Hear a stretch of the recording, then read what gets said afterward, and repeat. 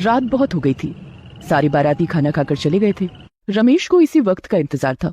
आज मेरा सुहाग रात है। मैं कब से आज का इंतजार कर रहा था। आखिरकार वो रात आ ही गया। रमेश के कमरे से गुलाब की महक आ रही थी। मौसम भी दीवाना था और ठंडी ठंडी हवाएं बह रही थी। कमरे के अंदर बिस्तर पर रमेश की नई बीवी उर्मिला घूंघट ओढ़कर बैठी हुई थी। रमेश कमरे के अंदर आया और दरवाजे की कुंडी लगा दी। फूलों की खुशबू से उसका मन खुश हो गया। कितनी मनमोहक खुशबू है और मेरी पत्नी कितनी खूबसूरत है। अभी उसका घूंघट उठाऊंगा।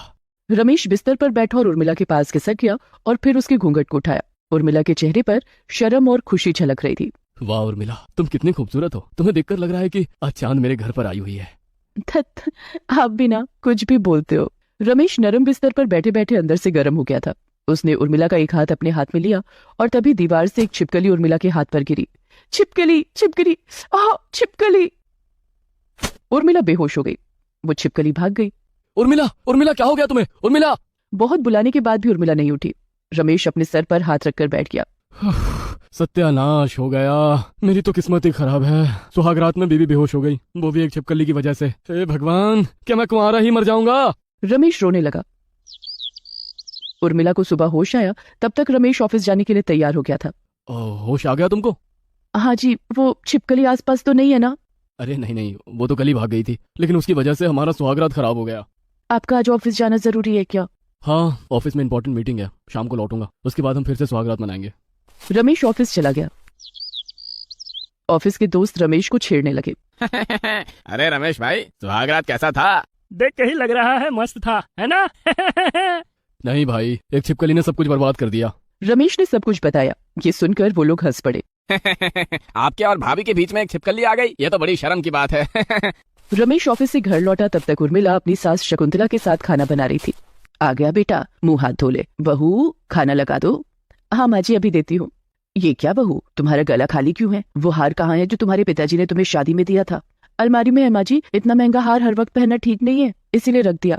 क्या ठीक है और क्या नहीं वो मैं तय करूंगी। जाओ हार पहन लो, 4 लोग भी देखे कि हमारी बहू मायके से कितना कुछ लाई है। उर्मिला ने वो हार पहन लिया, लेकिन शकुंतला की ये बात उसे अच्छी नहीं लगी। माँ जी हमेशा पैसा और सोने के पीछे क्यों पड़ी रहती है? छोड़ो ना उर्मिला, आज रात के बारे में सोचो ना, हम कितने मजे करेंगे। खाना खाने के बाद शकुंतला अपने कमरे में सो गई। रमेश उर्मिला के पास आया। उर्मिला, तैयार हो ना? हाँ जी, मैं तो शर्म के मारे लाल हो गई हूँ। अरे मेरी लाल गुड़िया। रमेश उर्मिला का हाथ पकड़ने जा ही रहा था कि तभी ऊपरी दीवार से एक छिपकली उर्मिला के हाथ पर गिरी और कल की तरह उर्मिला फिर से चिल्लाते हुए बेहोश हो गई। वो छिपकली भी भाग गई। हाय मेरी किस्मत, ये छिपकली मुझे चैन से जीने नहीं देगी। ऐसे ही 2 हफ्ते बीत गए। हर रात छिपकली कहीं न कहीं से उर्मिला पर गिरी जाती थी और उर्मिला पूरी रात बेहोश पड़ी रहती थी। एक दिन शकुंतला ने उर्मिला से कहा, बहू 2 हफ्ते हो गए शादी के, खुशखबरी कब दे रही हो? जल्दी से मुझे एक पोता दे दो। उर्मिला अपने ही मन में सोचने लगी, अरे अब माँ जी को कैसे समझाऊं? हमारे बीच होगा तब न खुशखबरी दूंगी। इस छिपकली ने तो परेशान करके रख दिया है। ऑफिस से लौटते वक्त रमेश एक मच्छरदानी ले आया और रात को मच्छरदानी लगाकर दोनों उसके अंदर घुस गए।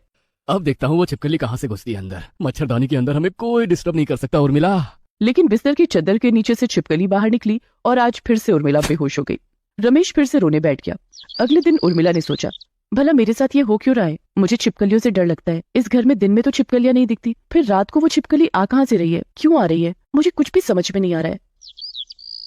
उर्मिला एक ज्योतिष के पास गई और सब कुछ खुलकर कहा।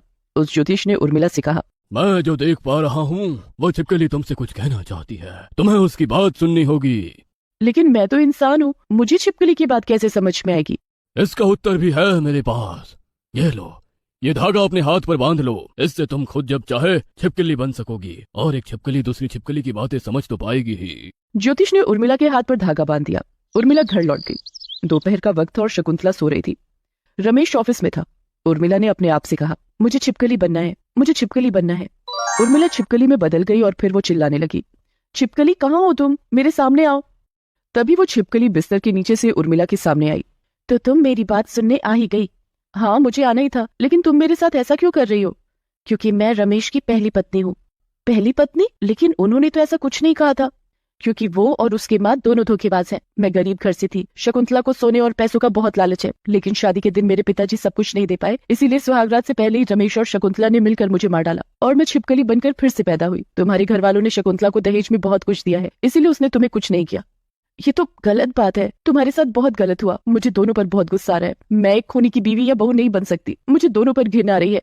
तो फिर मेरा साथ दो, मुझे दोनों से बदला लेना है, मुझे उन दोनों को घर से भगाना है। उर्मिला उस छिपकली के साथ मिल गई।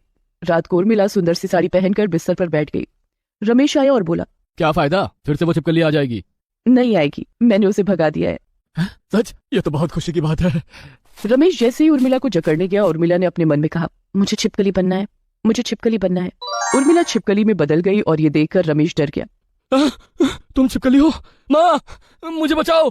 शकुंतला वहां आ गई और तभी वो छिपकली भी वहां गई और दोनों छिपकलियां मिलकर रमेश और शकुंतला को दौड़ाने लगी। वो दोनों घर से भाग गए। बाप रे, मैं उस घर में नहीं जाने वाली हूँ। नहीं, मैं भागो माँ, भागो। दोनों हमेशा के लिए भाग गए और उस घर में उर्मिला और उसकी छिपकली सहेली हमेशा के लिए खुशी खुशी रहने लगी।